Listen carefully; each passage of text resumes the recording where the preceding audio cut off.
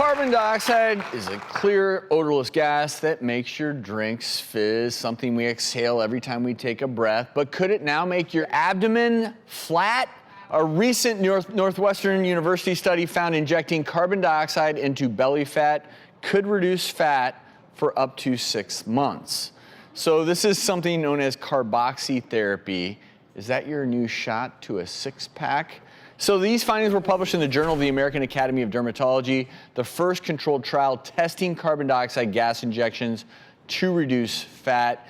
Now, carboxytherapy, Drew, you know this, claims to eliminate that fat around the abdomen. You talk a lot about subcutaneous fat, so it's so important that we clarify which belly fat we're talking about. This is what you can pinch. Pinch an inch or 2 or 3 or 4, whatever you got going on there. It's the subcutaneous fat. So they're injecting carbon dioxide subcutaneously, immediately below the dermis, safely above the abdominal wall, away from all your inner organs and all that stuff, and selectively treating the fat cells. They're not killing them, they're shrinking them. I guess the carbon dioxide causes them to leak in a certain way.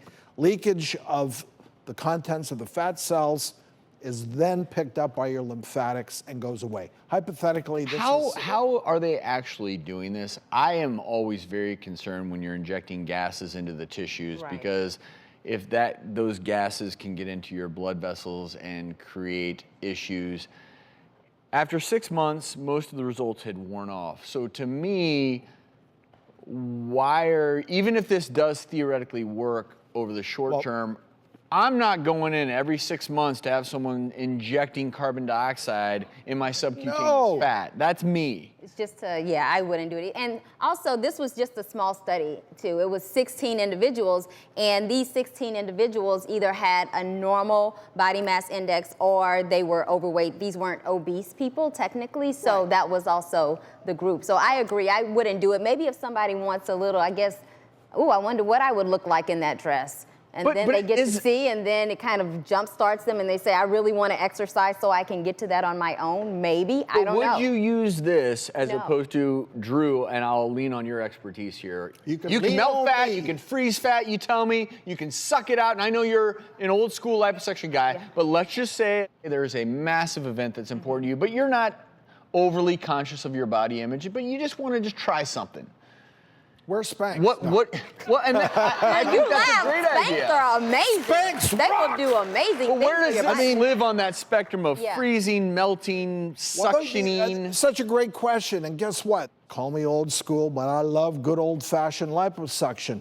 That being said, I think that all of these modalities do have a place if you're talking about real small. So do you think carboxytherapy may end up showing up for small areas? Do you think we need more studies before people jump into it? Yes. The caveat is, and I do liposuction, that's how I make my living, but it's not a substitute for diet and exercise. It's for, quote, those figure faults, those areas that are not responding to diet and exercise that may in fact be genetic, hereditary. You got them from mom and dad a little bit too much in the hips or the backside or the love handles. And you raised such a good point earlier, and I know you're on this bandwagon. People forget that the subcutaneous fat that you can pinch, it may be unsightly in the sense that you want to get rid of that. And yes, liposuction will help with that. But the fat that you can't see, the visceral belly fat living deep within your abdomen, I call it toxic goop, surrounds your internal organs. It is biochemically active.